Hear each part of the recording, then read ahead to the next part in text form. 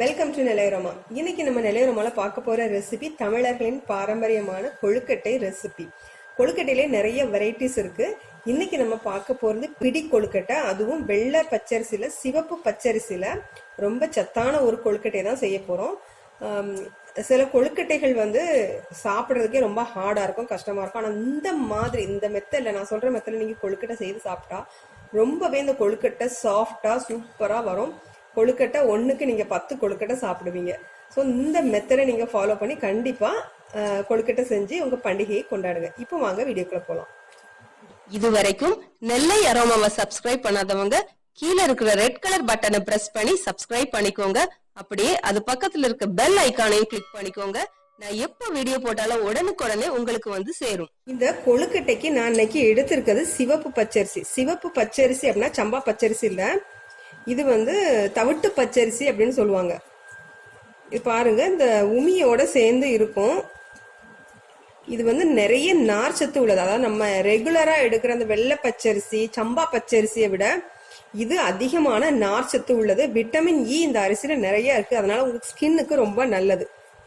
So கண்டிப்பா நீங்க இந்த அரிசி வாங்கி நீங்க கண்டிப்பா யூஸ் பண்ணுங்க. இதை வேற இடங்கள்ல என்னென்ன பேர்ல சொல்லுவாங்கன்னு எனக்கு சரியான ஐடியா இல்ல. கவுனி அரிசின்னு சொல்லுவாங்கன்னு நினைக்கிறேன். ஆனா எங்க ஊர்ல நான் கேள்விப்பட்ட வரைக்கும் தவிட்ட பச்சரிசி அப்படின்னு தான் சொல்லி வாங்கியிருக்கோம். சரி, இந்த பச்சரிசியை நல்லா நனைய போட்டு, அதாவது நல்லா கழுவிட்டு ஒரு 2 மணி நேரம் நனைய போட்டுக்கோங்க. 2 மணி நேரம் நனைஞ்ச பச்சரிசியை தண்ணிய வடிச்சிட்டு ஃபேனுக்கு அடியில ஒரு துணியை விரிச்சு ஒரு 10 நிமிஷம் காய வச்சிருங்க. இப்போ இந்த மாதிரி ஒரு டவல் விரிச்சிட்டு அதுக்கு மேல அந்த அரிசியை தண்ணி வடிகட்டிட்டு நல்லா இப்படி பரப்பி விட்டுக்கோங்க. ஃபேனுக்கு அடியில ஒரு 10 நிமிஷம் இருந்து இது காயட்டும். ரொம்ப காய வேண்டாம், லைட்டா கொஞ்சம் ஈரம் இருக்கிற அளவுக்கு இது காயட்டும். இப்போ 10 நிமிஷம் ஆயிட்டு இந்த அரிசியும் கொஞ்சமா உலர்ந்துட்டு இதை இப்போ நம்ம மிக்சி ஜார்ல சேர்த்து கொஞ்சம் கொஞ்சமா சேர்த்து நல்லா திரிச்சு எடுத்து சலிச்சு எடுத்துடலாம். நல்லா நைஸ் பவுடரா சலிச்சு எடுத்துக்கோங்க. அரிசி ரொம்ப உலர விட்டா மிக்சியில திரிக்கிறதுக்கு கொஞ்சம் கஷ்டமா இருக்கும். அதனால கொஞ்சம் ஈரப்பதம் இருக்கும் போதே எடுத்து நம்ம அரைச்சிடலாம்.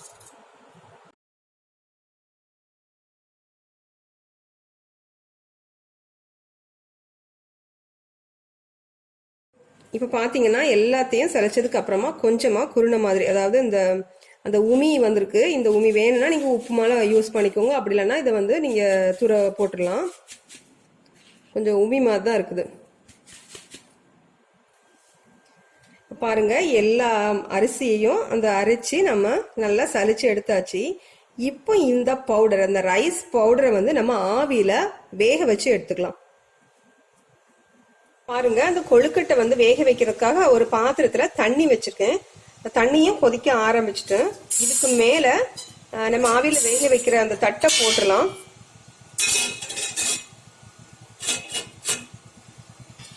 தட்டை போட்டுட்டு இதுக்கு மேல ஒரு துணி வச்சுக்கோங்க. துணி வச்சு அதுக்கு மேல நம்ம மாவு வச்சிடலாம். இப்ப பாத்தீங்கன்னா ஒரு துணி விரிச்சு அதுக்கு மேல நான் மாவு வச்சிருக்கேன், அரிசி மாவை. இப்போ நம்ம இதை மூடிடலாம். மூடிட்டு மிதமான தீயில வச்சுக்கோங்க. ஒரு 10ல இருந்து 15 நிமிஷம் இந்த மாவு வெந்துடும். 15 நிமிஷம் மிதமான தீயில வச்சு இந்த மாவை வேக வச்சு எடுத்துடலாம். இப்போ ஒரு 15 நிமிஷம் ஆயிட்டு இந்த மாவு நல்லா வெந்துட்டு ஸ்டவ் ஆஃப் பண்ணிடலாம். மாவு எப்படி தெரியும் அப்படின்னா, கொஞ்சமா மாவு எடுத்து நல்லா சூடா இருக்கு, லைட்டா இப்படி உருட்டி பாருங்க. உருட்டி பார்த்தா இப்படி நல்லா நிக்கும், உதிரியா விழாம அப்படி நிக்கும் திரி மாதிரி. அப்படின்னா மாவு நல்லா வெந்துச்சு அப்படின்னு அர்த்தம். இந்த மாவு வேகும் போதே நல்ல ஒரு வாசனை. ஒரு தடவை இந்த அரிசி வாங்கி நீங்க இதுல பலகாரம் செஞ்சு பாத்துட்டீங்கன்னா கண்டிப்பா இதில் தான் செய்வீங்க. அவ்வளவு வாசனையும் டேஸ்டும் சூப்பரா இருக்கும், ரொம்பவே நல்லா இருக்கும். அதனால கண்டிப்பா அதை ட்ரை பண்ணி பாருங்க. இப்போ இந்த மாவை நல்லா ஆற விட்டலாம். உடனே கொழுக்கட்டை செய்ய வேண்டாம். நல்லா ஆறுனதுக்கு அப்புறமா இதுல என்னெல்லாம் சேர்க்கணுமோ சேர்த்து எப்படி கொழுக்கட்டை செய்யலாம் அப்படின்னு நான் காமிக்கிறேன். இந்த மாவு முந்தின நாள் அவிச்சிட்டு அடுத்த நாள் அவிச்சு வச்சுட்டு அந்த நைட் ஃபுல்லா, அதாவது நான் அவிச்சு நைட்டு வச்சுட்டு அதுக்கு அடுத்த நாள் மார்னிங் கூட நம்ம கொழுக்கட்டை செய்யலாம். இப்போ இந்த மாவு நல்லா ஆறட்டும்.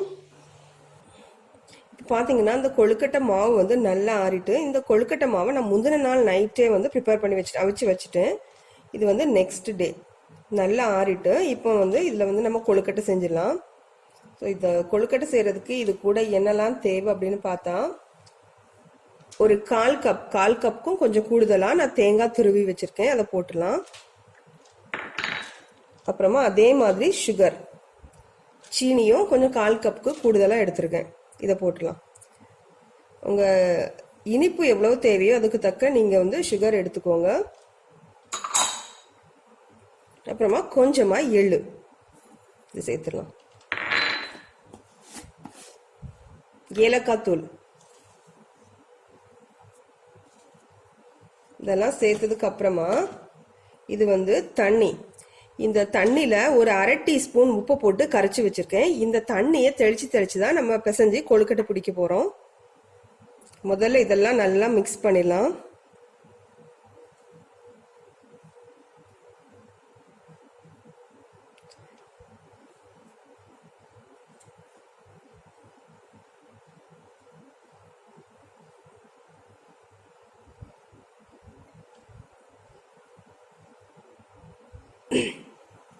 இப்போ பாருங்க எல்லாமே நல்லா கலந்தாச்சு.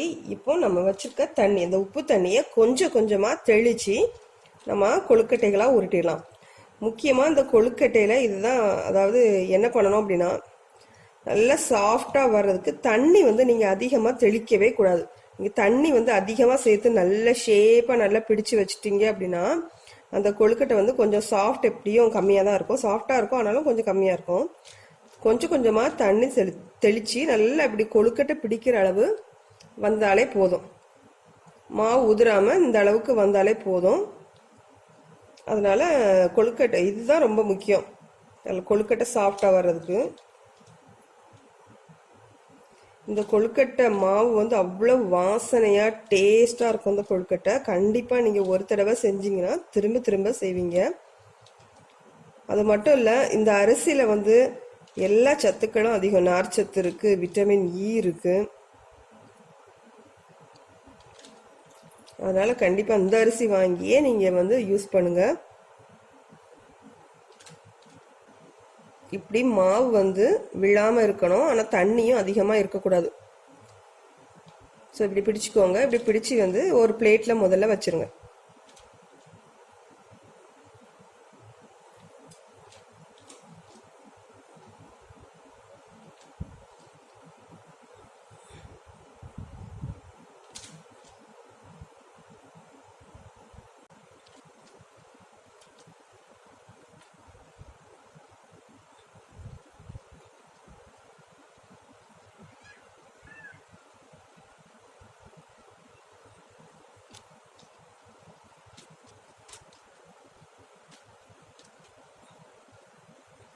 பாருங்க, இந்த கொழுக்கட்டை வேக வைக்க நான் தண்ணி வந்து நல்லா கொதிச்சுட்டு இருக்கு. இதுக்கு மேல வந்து இந்த தட்டு போடலாம்.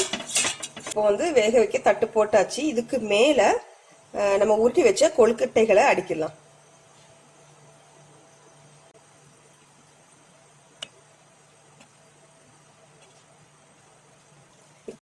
கொழுக்கட்டையெல்லாம் நல்லா அடுக்கி வச்சாச்சு ஆவியில வேக வைக்கிறதுக்கு. இப்ப இதை மூடி வச்சு கரெக்டா ஒரு 20 நிமிஷம் வேக வச்சுக்கோங்க. கொழுக்கட்டை வெந்துடும். இப்போ வேகட்டும் 20 நிமிஷம்.